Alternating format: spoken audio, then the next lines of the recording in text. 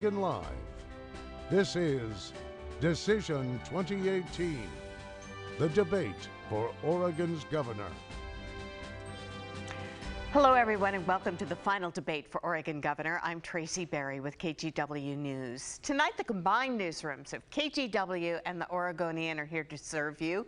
For the next hour, you will hear directly from the candidates to help you make an informed choice when you vote for Oregon's next governor.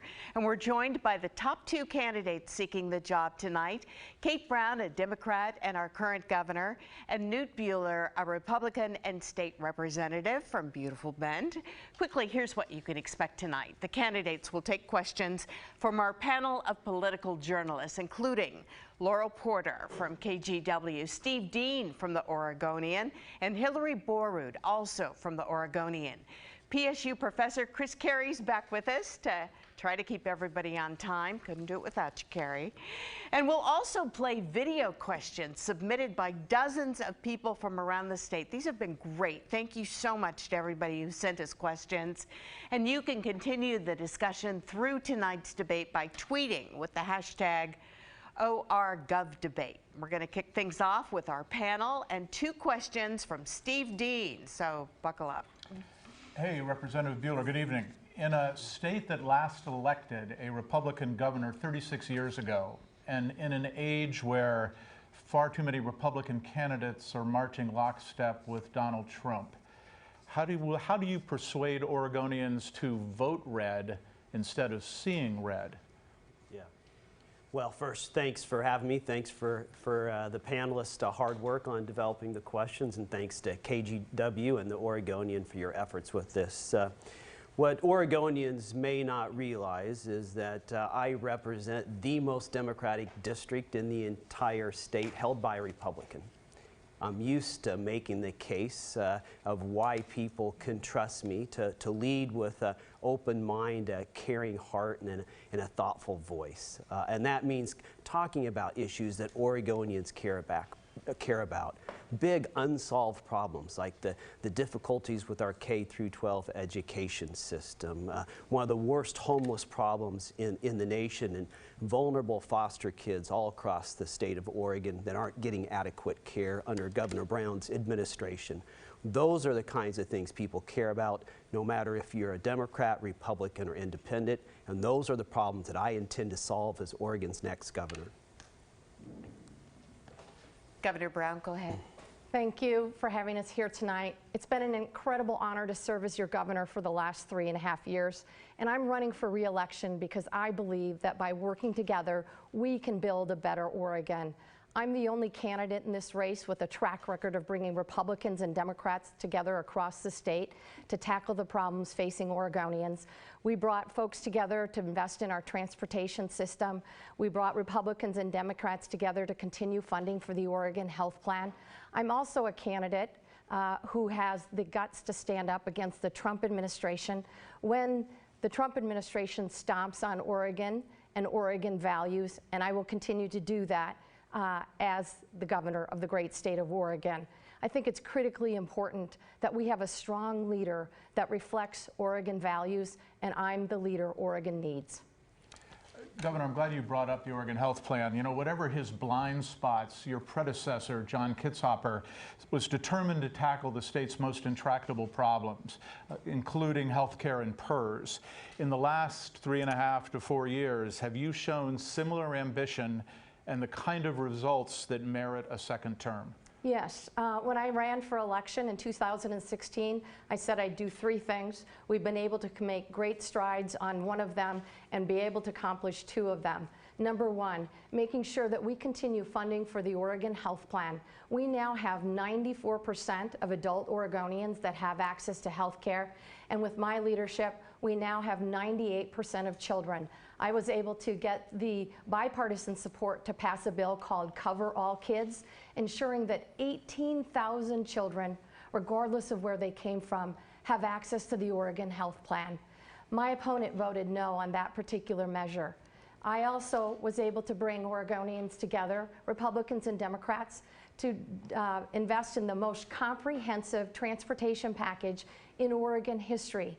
investing in our roads and bridges, congestion reduction, seismic resilience, and for the first time ever, investments in public transit in communities across the state, making sure that our seniors and our students can get where they need to go safely. Can I rebut that? Absolutely, go for it. Yeah, well, let me be clear. I voted against Governor Brown's plan to fund Medicaid expansion, not because I wanted people to have less health care, but because I wanted people to have better health and less expensive care, and Governor Brown's plan failed on both accounts. There's a severe lack of accountability. The good news in Oregon is that 400,000 more people have health care. The bad news is that Governor Brown administrating this very important program wasted hundreds of millions of dollars in missed payments, misallocated payments, and signing people up for Medicaid who shouldn't have been on it. My plan had accountability and importantly had bipartisan support. Governor Brown did not and didn't come up with a stable long-term funding to make sure that Medicaid families have the security they need. Representative Buehler, I'd like a rebuttal. You know what? We're going to move on. Okay. We've got a lot of subjects to cover. Thank you, Governor. Representative Buehler, good evening. Good evening. Now that Brett Kavanaugh has been sworn into the U.S. Supreme Court, many women in Oregon are concerned about what that means for the future of women's reproductive rights in this country. You have said you are pro-choice, but you voted against a 2017 Oregon law that in part was aimed at making abortions and reproductive services more affordable. There's also some speculation amongst conservatives you might be open to restricting abortions if elected governor. I know this is a complex issue, but how do you convince Oregon women who are concerned about this that you would protect their reproductive rights and their health care? Yeah, sure. Look, Roe v. Wade is the law of the land. It will remain the law of the land in Oregon while I'm governor. And I have been pro-choice most of my adult life, and it stems from being a physician. I believe in the importance, the personal nature of that relationship between a woman and her physician, where politics and government shouldn't intervene. And I believe in empowering women on this issue, meaning I, in the legislature, wrote and passed the first bill in the nation to allow women to get access to birth control over the counter, the same kind of access that men have enjoyed for decades. Now, you might ask why Governor Brown makes the claim that I'm not pro-choice. And the answer is a simple one. It's all about politics. Governor Brown knows that when people in Oregon understand that I'm pro-choice, I'm moderate, and I'm an independent-minded Republican, she is quite likely to lose this election. I'd like to just follow up. Is there any bill restricting abortion rights you would be open to if you were governor? As governor, I will not be changing any reproductive rights laws that currently exist in Oregon. Governor Brown, go ahead. Thank you. I think with what's happening at the national level, it's critically important that women across the state have a true pro-choice champion, and I am that champion. I led the way to making sure that every single woman in this state, regardless of their income, regardless of their immigration status, and regardless of their zip code, have access to reproductive health care. This is one of those things. Representative Buehler tells some voters one thing and other voters another. Unfortunately, that game won't work tonight because the whole state is watching. Not only did he vote no on the Women's Reproductive Health Act that would have ensured that women had access to reproductive health care, he sought the right to life endorsement when he was running for the legislature. Can I rebut that? No, I'm sorry. Governor Brown, I'd like to turn next to the economy. Economists are saying that we could be headed into a recession in 2020. So I'm wondering, how are you preparing now for the next downturn when Oregon could be facing huge budget cuts? Well, I've talked to business leaders around the state, and one of the ones that I've talked to said state government needs to do three things. It was Tamara Lundgren at Schnitzer Steel. Number one, invest in infrastructure. Number two, make sure that we are investing in workforce development. And number three, that we're tackling regulatory reform. As you know, the economy is doing extremely well in Oregon right now under my administration. We have the lowest unemployment rate in Oregon history. Unfortunately, that economic prosperity doesn't include our rural communities and our low-income communities. That's why I've fought to invest in housing, in roads and bridges, in water infrastructure and broadband to meet our rural communities' needs. I've fought to quadruple the funding for career and technical education so our students can have access to hands-on learning. And we also have a great regional solutions team, people on the ground in communities around the state, working to cut red tape and make sure that our businesses can expand and grow in communities around Oregon. Representative. Yeah. Well, Governor Brown talks about a lot of programs and percentages, but at a time of record revenue, the state government have never had more revenue coming into the Treasury. Despite that, Governor Brown has signed into law $1.3 billion in new taxes that Oregon has never even seen. Taxes, a new payroll tax, a new sales tax on automobiles, a new health insurance tax. Think about what Governor Brown would do to your taxes in another 4 years in office. Now remember, this is at a time of record revenue. We need to plan for the future, and I'd propose putting some of the increased access that we've seen, fortunately produced by hardworking Oregonians, in a rainy day fund to prepare for the future and make sure we protect important state programs. Okay, you guys, our first video question comes from Ron Pernick of Portland. He works in the clean energy field. Just want to remind you guys, you're both going to have a full minute to respond to this question. And Representative Buehler, you'll take the lead on this one right after we hear it. So here's the question. Governor Brown, Representative Buehler, solar and wind are now the most cost-competitive sources of new energy, and energy storage is rapidly declining in cost. Our neighbors to the south, California and Hawaii to the west, have both enacted 100% renewable energy targets by 2045. As governor, what will you do to ensure Oregon's leadership in a clean energy future? Okay, I'm going to jump back in because I know you couldn't hear that at the beginning. Ron's question was, solar and wind are now the most cost-competitive sources of new energy, and energy storage is rapidly declining in cost. Then he went on to mention our neighbors to the south, California to the west, Hawaii, have both enacted renewable energy targets by 2045. As governor, what will you do to ensure Oregon's leadership in a clean energy future? Representative, we'll let you start. Yeah. Well, it's a very important question, issue of vital concern. I certainly believe in global climate change. I'm trained as a scientist, and the data is overwhelming. It's why I was one of the few Republicans to vote for transitioning Oregon's electrical generation capacity from coal-based to renewables, breaking with my party and even business interest. It's why I have spoken out against the Trump administration policies with regards to environmental issues, specifically United States withdrawing from the Paris Climate Accord. That's the kind of leadership that Oregonians want to see on these important issues, and I think it's important that we keep that balance, though. The balance to improving the environment, but also taking into consideration that there are hardworking Oregonians that are just struggling to get by every day, to pay the bills at the end of the month. And unfortunately, under Governor Brown, we've driven up the cost of living in this state, the high cost of health care, of housing, and now with energy costs, we have to be very, very careful that we don't challenge people too much with regards to these issues. Governor Brown.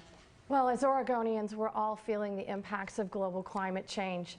In the Rogue Valley alone this summer, they had roughly 8 weeks of smog, and the Oregon Shakespeare Festival had to cancel 26 outdoor productions. So we're feeling it. We need to continue to tackle this with every single tool in our toolbox because it is the biggest challenge that we face. And future generations will judge us not on the fact of global climate change, but what we do to tackle it. So I've led to reduce the carbon intensity of our carbon fuels. Number two, we brought Coal to Clean, the first in the nation to transition away from coal-generated electricity and double our renewable energy portfolio by 2040. Lastly, invested in a transportation package, investing in EV vehicles and public transit. But most importantly, this isn't enough, and we need to move forward. And I believe that we can move forward and reduce carbon emissions and create clean energy jobs by 5,000 if we move forward on the clean energy job bill. My opponent. Thank you. I'm so sorry. Steve? Representative Buehler, 30 years ago, Oregon's sanctuary law passed with the approval and the applause of 87 of the state's 90 legislators. You told conservative talk radio you want to repeal it. You subsequently argued that local law enforcement shouldn't enforce federal immigration law, even as you advised OPB there's too much confusion with regard to this. Clear that up for us, Knute, and explain how your support of ballot measure 105 reflects the values of this state. Yeah. Well, certainly our immigration system is broken in this country.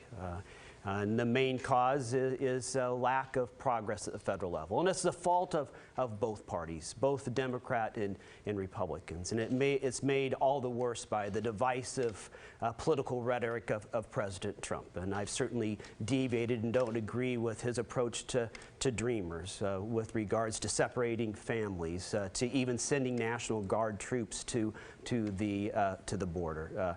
This is what we need to do. We need to add clarity to where there is confusion right now. And no matter if Measure 105 passes or not as governor, I'll make sure there is that clarity. And my policy will be based on this. One, no racial profiling. Absolutely will not be tolerated in Oregon. Number two, no matter if you're a citizen or here undocumented, you need to feel safe and secure approaching law enforcement, especially if you're a victim or a witness to crime. And number three, if you're a criminal, you've been convicted or charged with a crime, there will be communication and collaboration between local law enforcement and federal immigration authorities. That will keep everyone safe in Oregon, no matter if you're a citizen or if you're here undocumented. So, do you want to repeal the sanctuary law? I'm a yes on Measure 105. Okay. It's not something I'm campaigning on, and regardless if it's passed, we need clarification where there is confusion right now. Governor? Oregonians value our immigrant and refugee communities, and on my watch, we've remained a welcoming and inclusive state for all who call Oregon home. I oppose ballot measure 105. The reason why it was passed in 1987 was because law enforcement was targeting the Latino population, people with brown skins. And I am concerned if it passes again that racial profiling will continue and our communities will be less safe. That's why I oppose it. But I also supported other legislation that encourages our immigrant communities, tuition equity for our Dreamers, cover all kids, ensuring our document children have access to health care, supporting the racial profiling legislation. I am not willing to collaborate with an administration that is ripping children away from parents and putting these children in cages. Thank you, Governor.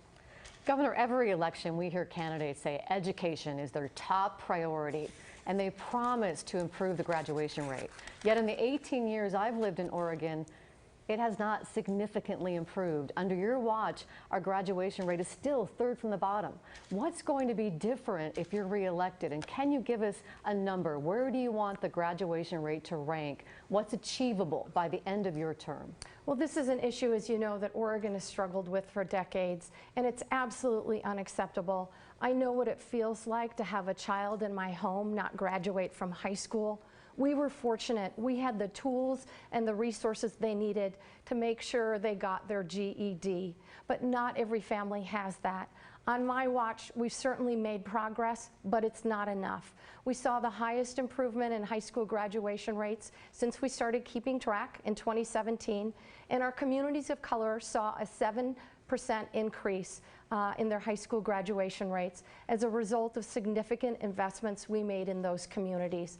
Moving forward, we need to make sure that every single high school student has access to career and technical education, and that we fully fund ballot measure 98. I know firsthand from the students that I've seen the importance of having hands-on learning.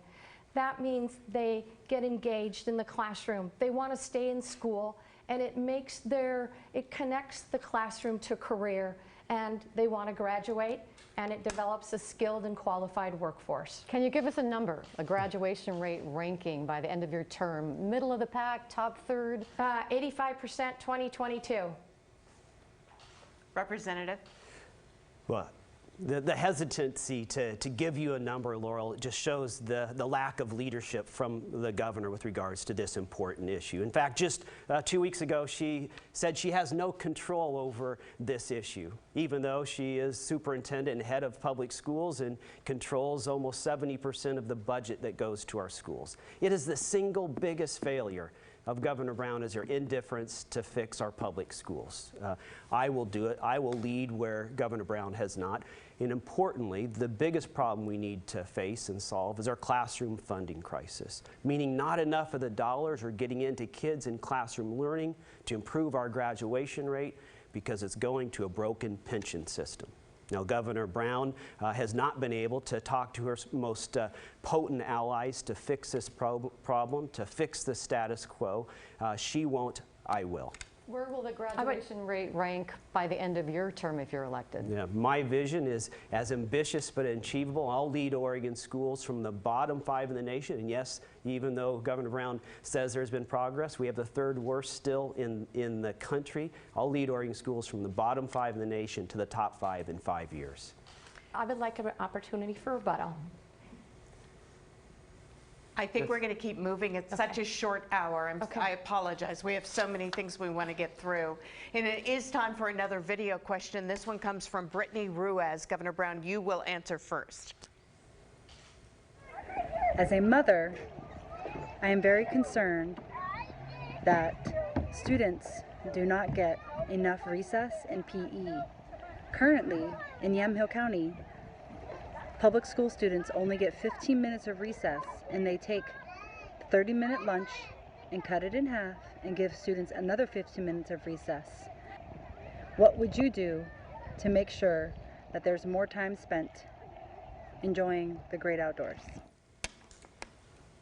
I think there's a couple of things. In 2015, we passed legislation to ensure that all of our students have access to physical education. And we did that because we know how important it is for our students to run and play, and how good it is for their brains and how good it is for their bodies. So we need to fully implement that legislation, but we also need to fund it. The second piece is to work on connecting our young people to the outdoors. Oregon's outdoors is beautiful. We are blessed with incredible bounty, and we're working to make sure that all of our students, particularly in our underserved communities, have access to our outdoor experiences by removing both financial and physical barriers for our students. Finally, under my leadership, we've invested in our education system a 22% increase. I believe that there is more work to be done, but I don't think we can cut our way to a better education system, and I don't think we can cut our teacher retirement and expect to build a world-class education system. If we're going to build a better education system, we need to invest in it. Representative. Yeah. Just another example where we're cutting back on our kids' education because of a classroom funding crisis that Governor Brown won't address. Too many of those dollars, even though we have record budgets going to K through 12 schools, too many of those dollars aren't getting into key programs, getting to teachers, getting to students. And what you'll see, despite record budgets all across the state of Oregon, school district after school district are giving teachers pink slips and cutting key programs like PE. Now, Governor Brown has increased the budget, but those dollars aren't getting to kids. In fact, the Oregonian just said 2 weeks ago that Governor Brown is trying to balance the state's budget on the backs of students, on the backs of kids. This problem has to be fixed. Governor Brown hasn't shown the leadership that's needed to take on powerful entrenched interests to make sure that this problem does not put the state at risk any longer. Representative Buehler, I wanted to dive a little bit more into the state's pension crisis that you've touched on.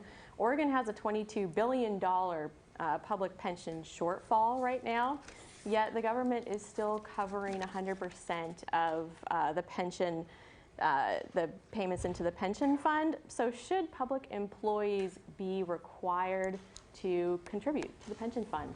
Yeah. Look, this issue with regards to our troubled pension plan is an issue of vital concern. It should be an issue of vital concern to hardworking public employees. They should want me to be Oregon's next governor to address this problem. My concern for them, if we don't fix it, the pension they're expecting could be worth pennies on the dollar. And it's certainly an issue of vital concern to the kids I saw in Reynolds School District, 32 fourth graders per teacher. What I'll do is elevate this issue to the top of the political agenda by not signing a single new spending bill until I have a PERS reform bill on my desk. And some of the factors, some of the tenets of that bill I'd like to see is, yes, public employees contributing to their own pension plan. I'd also stop the big monthly payouts, the $50,000 a month payouts that some people have got. I'd limit that at $100,000 a year final average salary calculation. And importantly, going forward, everyone in PERS has transitioned away from the troubled retirement plan into a typical 401k plan. That will put the state back on stable footing. Thank you. Under my leadership, we negotiated that all 98% of state public employees are picking up their 6%. So that's happening at the state level. I believe that public employees need to have some skin in the game, and we'll continue to work toward that end. In 2003, the legislature made substantial changes to PERS. They stopped the Bilotti payments for Tier 3, and as a result, the average state public employee makes roughly $2,300 a month on retirement. That's less than $30,000 a year. I think it's easy for a millionaire to say he's going to cut the retirements of hardworking Oregonians. I'm not willing to do that. We have firefighters who put their lives on the line this summer. They saved over 7,000 homes from burning up. I am not willing to cut their retirements. May I follow up, please?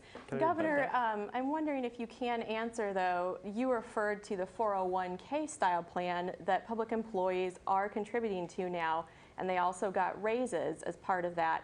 But should they start contributing to the actual pension fund?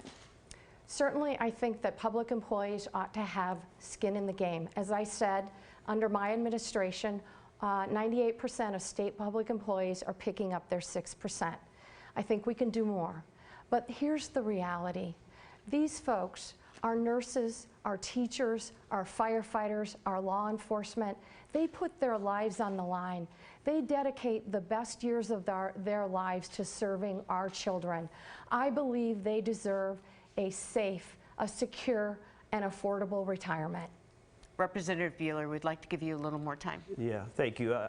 I'm disappointed that Governor Brown would resort to a personal attack on this issue. This is about policy. This is an issue of vital concern to the state. Look, we all want loyal public employees to have a secure and safe retirement fund. But we also have a problem in the state, a problem where we have a classroom funding crisis because despite record state school budgets, those dollars aren't getting into the classroom. And Governor Brown's supposed measures to improve this situation is really political theater. As you mentioned, she takes away the 6% pickup, but gives a 7% raise to some of her biggest financial contributors. That's not leadership, that's pandering, and that's avoiding one of the biggest problems facing Oregon for the next decade. Governor Brown, given that we're talking about PERS, we're now into the morbid section of the program. But let's, in that vein, the death penalty remains an emotional and divisive issue in this country. As governor, will you commute the death sentences of any or all of the 35 killers on Oregon's death row? At this point in time, I continued the moratorium that Governor Kitzhaber had in place. There is currently no pending executions, and so we have continued the moratorium, and under my watch, no one will be executed. Well, again, I'm curious about that at this point in time. I mean, what might change, if anything? Are you committing that nothing will change if you have a second term in office? Moving forward, I plan to continue the moratorium. Representative. Yeah. I will follow the desires of the people of Oregon who voted on this issue, and I will enforce the death penalty. Of course, as governor, I will look at case by case, and if I think there is injustice, then I would commute a sentence. But I will follow the wishes of the people of Oregon, and they've been very clear on this issue, Steve. All right, we have another video question. We've been talking a lot about teaching, and this one comes from a teacher, as a matter of fact, a high school teacher, and Representative Buehler, you will answer first. My name is Lindsay Ray, and I'm a high school math teacher in Beaverton. I work long hours to serve my students, and so I'm wondering, if you're elected governor, how will your policies affect the salary and benefits of educators like me? Go ahead. Yeah. The most important question facing all of us right now is our underperforming K through 12 education system. Unfortunately, underperforming. Underperforming in graduation rates. We have one of the shortest school years, and despite record budgets, record K through 12 budgets, what you'll find going across the state, including the Beaverton School District, that they were facing cutting 300 teachers. You may ask, why is that? Why are we cutting teachers and key programs at a time of record revenue? I'll tell you why. Because those dollars aren't getting into the classroom because of a classroom funding crisis that Governor Brown will not address.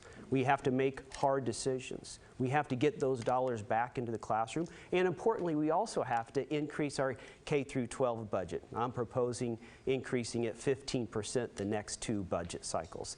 That'll allow Oregon to improve the situation in our schools, not have one of the worst graduation rates in the nation, and importantly, reestablish programs like career and technical education, which Governor Brown has not supported adequately. Governor. Yes, Lindsay, thank you for your question, and thank you to all the Lindsays in Oregon for your determination and dedication to serving our students. My understanding is my opponent's proposal would cut teacher retirement by 40%. As I said earlier, I don't think you can cut your way to a better education system. If we want a world-class education system, we need to invest in our teachers, and that's what I'm doing with our Educator Advancement Council to make sure that our teachers have the tools, the professional development, the mentoring and coaching needed to be successful in the classroom, and also that we diversify the educator pipeline so it more reflects the diversity of our communities. In terms of retirement, I think it's critically important that you have a retirement that you can live on, that's safe and secure. That's why I'm working with Republicans and Democrats to put money aside in Oregon's budget to pay down our debt, our unfunded actuarial liability, and we're doing that on a bipartisan basis because we know, I know, that the best thing we can do is have funds set aside to buy down that employer rate. Thus, we can drive more dollars into our classrooms. Representative Buehler, the Metro Planning Agency has put a more than $650 million housing bond on the November ballot to help pay for much needed affordable housing in the Tri-County area. You've come out against that housing bond. As governor, how would you tackle the affordable housing problem? And if not with housing bond money, how would you pay for it? Yeah, affordable housing has reached almost crisis situation, not only in the Portland metro area, but all across the state of Oregon. I am against the Metro funded bond. I do not think we need to expand the role of Metro in this, and certainly I do not think we should build a whole lot more public housing. But we need to address this situation right away. I think a better solution is provide rental assistance, keep people in place where they are right now, and I proposed a fund of $50 million. But that alone is not going to be enough. We also need to create 20,000 affordable and workforce housing units every year. We need to treat this like the emergency it is.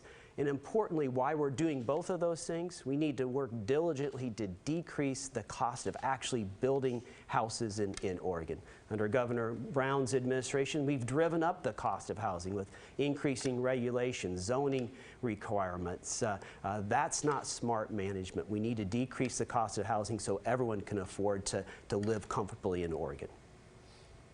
Governor, go ahead. With my experience as a family law and domestic violence advocate, I know how critically important it is for every person to have a safe, dry, warm affordable place to call home. I rolled up my sleeves the moment I became governor, and we worked on building more affordable units, because the best thing we can do is build places for people to live. In my first year, we built 3,500, second year 4,000, and this year I'm proud to say we have about 7,800 under development. But that's not all. We gave our local communities more tools, speeding up permitting and making sure that we can build granny flats. There was a really important bill that required developers to include affordable units in their developments. My opponent voted against it. He also voted against legislation that would kick people out of their homes. Can I rebut that? I mean, those are outlandish claims. Go ahead. Yeah. The governor talks a lot about programs and percentages, but let's look at the results. The results show that homelessness has grown much worse under Governor Brown. We have the number one state in the nation for the number of homeless youth. So we can talk about programs, we can talk about dollars that Governor Brown has devoted to this problem, but the results speak for themselves. I have a vision that will turn this around and end homelessness in Oregon over the next 5 years. Governor, we're going to talk about homelessness right now, and the question will go to you. Thank you. Governor Brown, homelessness is having a big impact on our communities, such as kids who are struggling in school because they have to worry about where they're staying. But at the height of the economic recovery at this point and on your watch, the problem is only getting worse. So what is Oregon getting wrong? We need to build more affordable units, and my heart goes out to all the families that are struggling. And we know we have over 23,000 children that are housing insecure in our public school system. That's why it's so critically important that we use all the tools in our toolbox. In addition to the earlier tools I mentioned, my plan is to spend $370 million on affordable units and get all of our children off the streets, all of our children and their families. I think it's critically important that everyone supports the Metro bond measure. That will build, if ballot measure 102 passes, a technical constitutional fix, that will build an additional 12,000 units in the Portland metropolitan area. This is a challenge the entire West Coast faces. It's a challenge I've been working on since I became governor. The only tool, we can't just fix it on the affordable side, we also have to fix it on the market rate side. And that's what I'm doing. I passed legislation to encourage folks in the construction industry to move back to rural Oregon if they're dedicating a portion of their work to building housing. Look, the results speak for themselves. Under Governor Brown's administration, homelessness in Oregon has become a humanitarian crisis, a public health crisis, and increasingly a public safety crisis. And now not just in the Portland metro area, but all across the state of Oregon. I've rolled up my sleeves the last 6 months and looked at successful programs and facilities all across the state that are really handling this well. And you'll find a commonality. And the commonality is those places that solve this problem, those cities, they offer compassion and a little tough love. Meaning they offer compassion, expect responsibility, and develop independence. As governor, I'll concentrate resources and funds on those kinds of programs that make a difference. I would like an opportunity to rebut. So my opponent is proposing to invest $50 million. That's a drop in the bucket. Since I became governor, we've invested $300 million, and I'm proposing that we invest $370 million more, not just to get our families and children off the streets, but our chronically homeless. And that means making sure they have wraparound services, including drug and alcohol treatment, including employment services, and obviously access to comprehensive mental health. My opponent opposes the very measures that support low-income families. The $300 million I invested in went to rental assistance, and it went to homelessness prevention. The tools to eliminate just cause eviction prevent people from being kicked out of their homes for no reason at all. I believe we need to move forward on that policy as well. We're going to move on. We have another video question. Governor Brown, you will answer this one first, so take a listen. Hi, my name is Nicole. My question is, do you believe that parents have a right to make medical decisions for their children, including how and when they decide to vaccinate their children? Do you have a certain age on that question? We don't, but I think talking about vaccination, you know, they start pretty early. So in terms of vaccination, I think one of the challenges we have, and we have a fairly a law that protects parents' right to vaccinate their children in this state. I think the challenges that we are seeing is that we have a number of communicable diseases that are impacting our communities around the United States because parents haven't been vaccinating. So I would say we probably give some parents a little too much leeway. If we want to make sure that we're protecting public health, we want to make sure that our children have the vaccinations that they need. Representative. Yeah. As a physician, I certainly believe in the benefits of vaccination, but I also think that parents should have the right to opt out for personal beliefs, religious beliefs, or even if they have strong alternative medical beliefs, and that has been beneficial. I think that gives people option and choice, and that's the policy I would continue to pursue as Oregon's governor. Hillary.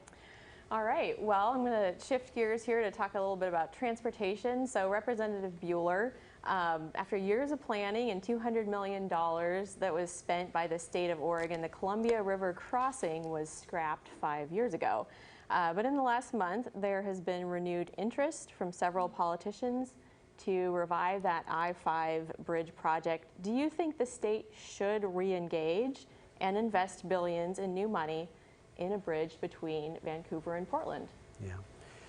Certainly there has been underinvestment in Oregon's transportation infrastructure for decades. Our bridges, our roads, our ports. And unfortunately, the Columbia River crossing project spent nearly $300 million and not a single shovel of dirt was turned.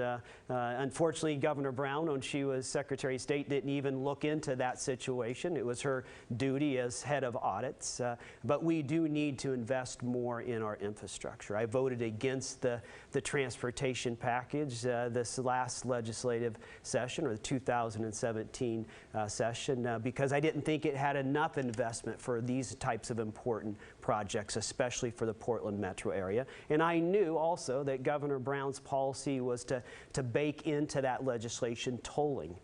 Tolling, importantly, not to build new bridges, like I think we should build a new bridge across the Columbia, but tolling to change people's behavior, to get them out of their vehicles and not to add capacity. I'm against tolling for that purpose. Governor, go ahead. Yes, I think that before we move forward on the Columbia River crossing, I want to see Washington meeting two criteria: that they are really serious about fixing the bridge and investing in that bridge, and secondly, that it includes public transit, particularly light rail. I think it's critically important that we make the seismic retrofitting needed on our bridges because I saw what happened in Minneapolis when the 35W bridge went down. People were killed. None of my family was injured, fortunately. But as governor, I think it is my responsibility to make sure Oregonians are safe. My opponent voted against this transportation package, a bipartisan package, to invest in seismic resilience in our roads and bridges. I don't know what he'd use to fix the Columbia River crossing since he's taking a no new taxes pledge. Scotch tape? Thank you. Governor, a state audit of Oregon's... Can I rebut that? No, we're going to keep going here. A state audit of Oregon's foster care system in January found that state leaders and managers bullied and intimidated employees, discouraging them from speaking honestly with lawmakers and auditors. Critics say problems at the foster care agency were brought to your attention in 2015. What have you done to change the culture and to protect the nearly 8,000 children in Oregon's foster care system other than hiring a new director? What people don't know about me is that I'm a lawyer and I used to represent children in foster care system when I was practicing law. And this is an issue that keeps me up every night. We've worked hard to make sure that our children are safe in the foster care system, that we are safely reducing caseloads, and we are working to recruit and retain qualified foster parents and making sure that they have the support and services that they need. As governor, I'm focused on making sure that we tackle the root causes of the children in our foster care system. We have 1.5 times the national average of children in our system. That means tackling substance and alcohol abuse. 75% of our children are in there due to one or more parents' use. It means tackling housing issues. As I mentioned, we've built 14,000 in the pipeline affordable units across the state, and we're working to tackle domestic violence. All of these, I think, will ensure a foster system that is much improved. I have to tell you, this is a really tough nut to crack. Oregon has struggled with this issue for many years. Representative Buehler. I would ask Governor Brown, how long is long enough to fix this problem? Governor Brown has been in Salem for over 25 years, in leadership positions for more than half that time. It's been way too long. We have to save foster kids from the chaos, incompetence, and mismanagement, quite frankly, of the Brown administration. Look, I can't say it any nicer than that. It is one almost headline-grabbing story after another every month now. Our vulnerable foster kids, 8,000 kids who have no one else to turn to, deserve so much better. I propose fixing this problem last legislative session, creating a rapid improvement team to deal with the recommendations in the devastating audit.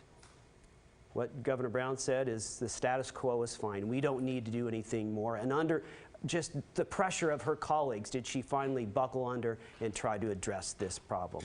Our foster kids have waited much too long. We have several questions from volunteers with the Alzheimer's Association, and we want to play one of these now. Representative Buehler will answer first. Hi, I'm Michelle in Portland, and I'm a volunteer for the Alzheimer's Association. Alzheimer's is America's most expensive disease, and every 65 seconds someone develops the disease. As governor, how do you plan to make this disease a priority? Yeah. Well, certainly as a physician, I understand the importance of these chronic diseases. It is something that we need to bring attention to. Certainly a lot of this funding comes from the federal level, but the important role you can play as governor is to use that bully pulpit, to use your soapbox to talk about these kinds of devastating diseases, to go out there and encourage research and development and increase awareness about how devastating it can be, not only for the people that have something like Alzheimer's disease, but also for the family that also has to care for the person who's been unfortunately afflicted. That's the role as governor, to be caring and thoughtful and draw attention to these big issues that is causing families to struggle so much. Governor.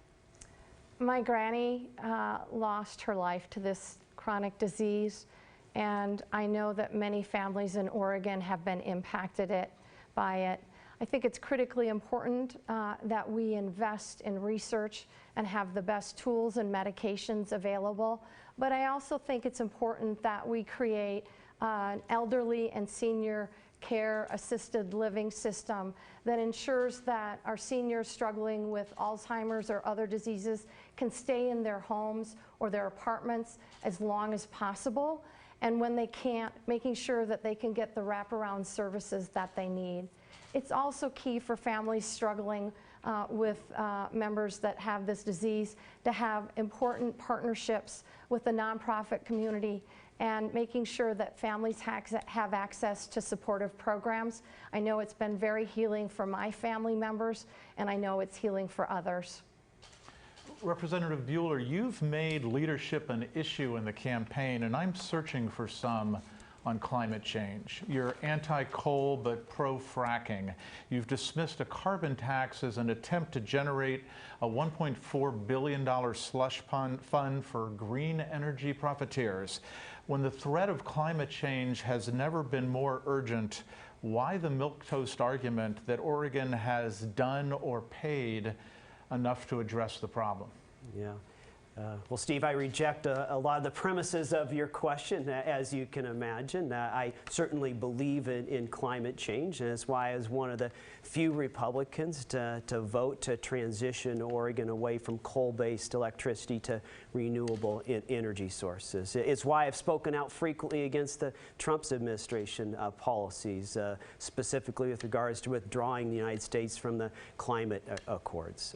I'm against Governor Brown's cap and trade plan, or probably a better description of it is a $1.4 billion sales tax on energy. And I'm against that because it's going to hit hard-working Oregonians who are struggling to pay the bills right now with a sales tax that they can't afford. And importantly, those dollars won't go to schools, they won't go to providing health care, they're going to go to a complex tax credit scheme for green energy companies. And look, we've already had problems with that in the past, something called the Business Energy Tax Credit Scheme, where hundreds of millions of dollars were misallocated to the extent that people have gone to jail for corruption. I don't want to repeat that again.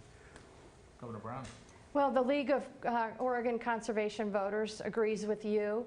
My opponent has a lifetime ranking of an F based on his 3 years voting record in the Oregon legislature. I've continued to make steady, incremental progress on tackling global climate change, from reducing the carbon intensity of our fuels, from transitioning off of coal, from investing in EV rebates and public transit, which my opponent voted against. And we worked hard last session to reduce carbon emissions. We weren't able to successfully complete the legislation, but we are working collaboratively with utilities, with the business community, and with the ag sector to make sure that we reduce carbon emissions in such a way that it doesn't exacerbate already existing economic disparities in our low-income communities and our rural communities. This question comes from Mike Marsh, and Representative Buehler, you will answer first. Are you concerned with the leadership of the president? And if you are concerned, what will you do to lead differently in Oregon? Yes, certainly President Trump doesn't provide a model of leadership for me. The political divisive speech, and for that matter, tweets, I do not find appealing. I think leaders bring people together. They unite people around a common goal, and importantly, they build bridges, not walls. And it's why I've spoken out against President Trump's not only politically divisive speech, but many of his policies with regards to immigration, climate change, cutting of Medicaid. I'll lead with open mind, a caring heart, and a thoughtful voice. I'll be an independent governor who will lead for all of Oregonians, no matter who you are, where you live, who you love, and no matter if you're registered to vote as a Democrat, Independent, or Republican. That's true leadership, and leadership takes on these big, important issues that Governor Brown has avoided, ignored, and quite frankly, made a lot worse in her time in office. Governor. Yes, I think it's really important that the governor speak out whenever this president stomps on Oregonians or Oregon values. And there are many issues: immigration, health care, the environment. In terms of health care, when this administration tried to repeal the Affordable Care Act, literally stripping out health care from 430,000 Oregonians, we fought back with every tool in our toolbox. We showed them that as a result, we have many Oregonians with health care, but also it created over 23,000 jobs. Now they're trying to take away health care from Americans with chronic heart conditions, with pre-existing conditions. I find this unacceptable. I talked to a young man by the name of Jacob. He's so talented. He has a chronic heart disease. This administration would rip health care away from him. Oregon won't let that happen, but the rest of the country will. I will continue to fight this administration until every Oregonian has access to the health care they need to lead healthy and productive lives. Thank you, guys. That hour went very quickly. Thanks to everyone at home who sent in great questions. We thank our panelists and, of course, the Oregonian, our partners, for this debate. Ballots will arrive in the mailbox probably beginning next week. So don't forget, fill them out and vote. Have a good night. Thanks for being with us.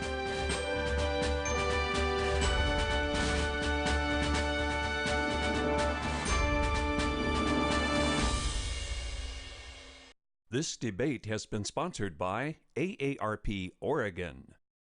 Good mornings start here with KGW News at sunrise and today. Good morning, early risers. Thanks for joining us. What's happening?